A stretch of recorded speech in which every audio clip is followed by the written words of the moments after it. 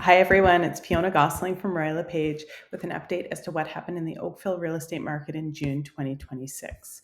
So we are halfway through the year now. We've got 6 months of average annual sale prices, and you can see that 2026 from a price point of view is shaping up to be a better year than 2025. Our prices have increased. Part of that is because we saw a jump in prices in April. But let's have a look at how June fared. So here you can see we had a jump in our average and our annual sale price in April. And then in May, we had a slight decline in our average sale price, but a jump in our median sale price, which is often more telling in terms of the overall health of the market. And then we've seen a decline in June in both months. That is not unusual. June is a crazy month for any parent.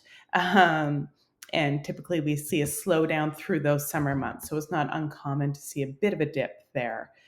But what I like about this screen is it does show you that prices have remained relatively flat in both average and annual since around 2021, when you remove the crazy peak at the end of 2021, beginning of 2022. So when you look at our Oakville numbers this month, we had 297 sales, which actually isn't bad for June. The previous month in May, we had 304 sales.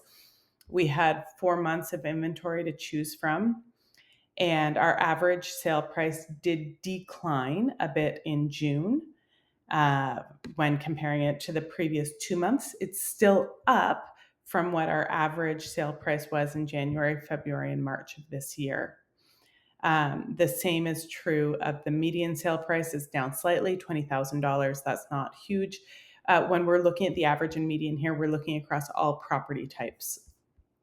So down a little bit, but up from April. And April was when we saw that spike. So all things considered, pretty healthy there. Here, if you compare this June 2026 to last June, you can see that we had about 14.4% more sales, which is encouraging, is showing some buyers' confidence coming back to the market there. We had fewer active listings to choose from, which is good. That's when we start to see a little bit of price pressure. We haven't really seen it yet. It's those months of inventory is what we should be watching for price pressure. If you go back a couple of years on my YouTube stats, I'm sure somebody will, you can see that it was when our months of inventory were really low, like 1 or below 1 or 2, we saw that upward pressure on pricing.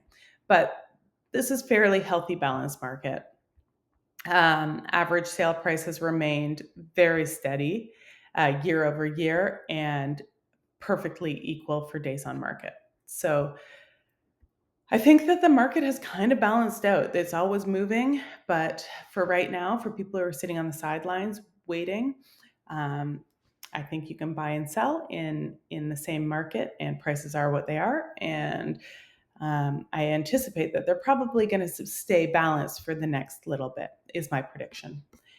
When we break down what comprised that average sale price, you can see that the average sale price of a detached home came down this month to 1.813. We had quite a lot to choose from, and we had 176 sales. Average sale price of a townhome was just over $1 million, so $1,072,000, and the average sale price of a condo was $694,000.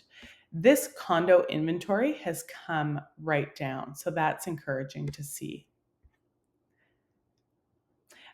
This slide, we're looking at number of sales for detached homes. So you can see our average sale price was down here a little bit. Months of inventory has remained flat. So all in all, pretty boring, which is what we like in real estate, or what we should like. Same story with townhouse. Prices have remained very flat. and condos average sale price is down a little bit, but our months of inventory are way down, which is nice. I mean, back in April, it was almost 11 months of inventory.